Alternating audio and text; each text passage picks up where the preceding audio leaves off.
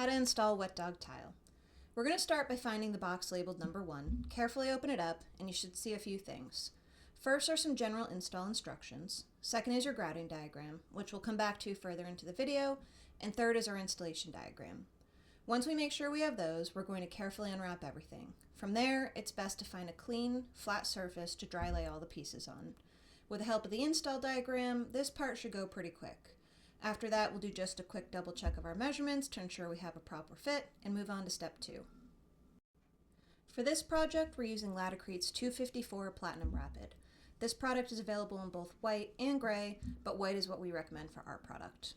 Included in your installation instructions, you'll find all the things we're going over in this video, as well as the products we recommend.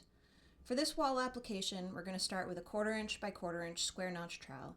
If you're doing a floor, we recommend a 1/4 inch by 3/8. We're looking for even, uniform coverage. The direction of the trowel marks, whether up and down, left to right, it really doesn't matter here. What we're aiming for is uniform and even coverage. And that's going to bring us to step 3.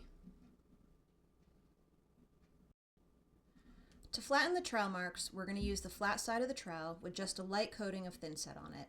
And I'm going to run it perpendicular to the ridges and collapse them down into the valleys. This should create a nice, smooth, flat mortar surface, and it should go pretty quick.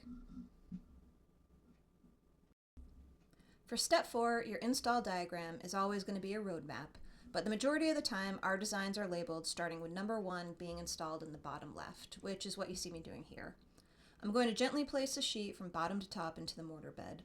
You'll notice that I'm not using any spacers here, which is due to the anti-sag properties of this particular thinset, but spacers or wedges can be used as needed.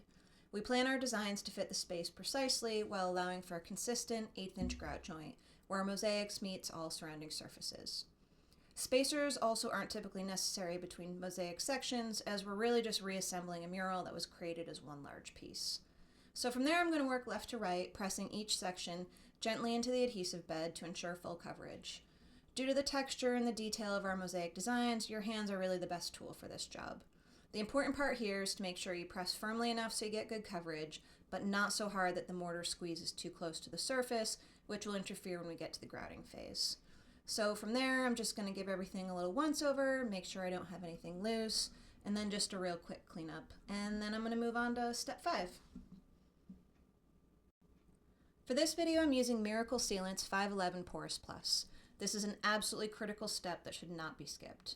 I like the spray bottles for a project like this, but you want to use care to not overspray. Too much sealer pooling in joints will prevent grout from bonding properly. A lint-free rag and 2 even coats will protect your tile and make it much easier with grout cleanup. Make sure you let it dry for the recommended time.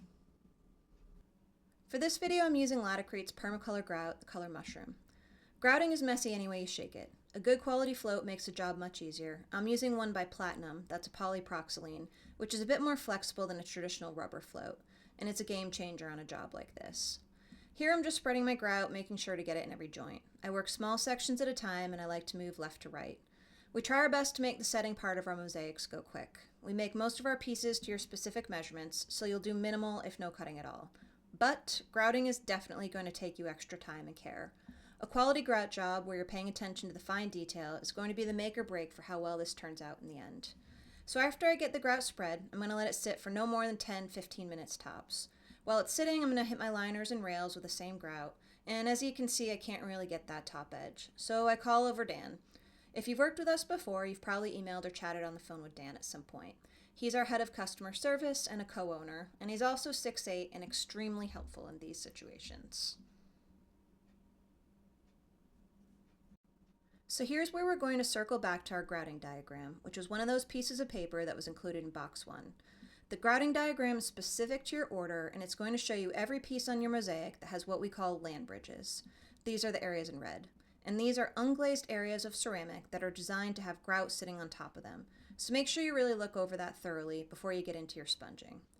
The grout I'm working on here has sat for about 15 minutes. Just enough to set up a bit and give a light haze, but no more than that. My first sponging is just going to be a rough once-over. I'm really just looking to get the majority of the stuff off the surface and not focusing too much on the little details. And again, I'm being mindful of any of the pieces that have the land bridges, making sure that I don't dig too deep and remove grout that I shouldn't.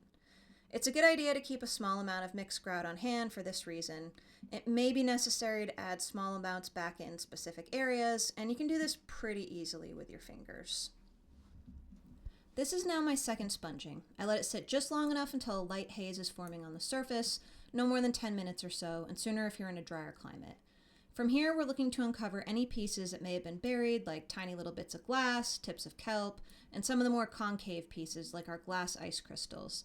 Again, making sure grout stays in those land bridge areas and unglazed clay isn't visible.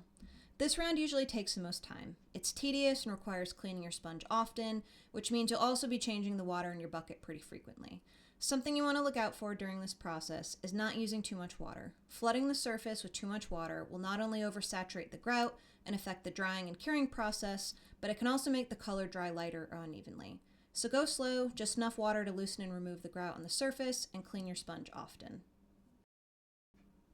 This is going to be my third and final round of sponging. I've let it set another 15 to 20 minutes, looking for a fine haze to form and for the grout to set up a bit. I'm going to get real nitpicky. Some of the more detailed pieces may require a tool like a toothbrush to clean up. It may also be necessary to add small amounts of additional grout if too much was removed in the past sponging. And then I'm going to go over the whole area again, sponging in small passes, cleaning my sponge as I go, and then I'll finish up by giving everything a final once-over and cleaning surrounding areas. From here, I've let it dry overnight. I'm going to hit it with a clean, dry cloth just to sort of buff off any remaining haze. Immediately after that, I'll apply 2 coats of sealer, the exact way I did before, lint-free rag, allowing it to dry completely between coats. And that's a wrap. If at any time you have installation questions, most can be answered on our website under the link Installation Instructions.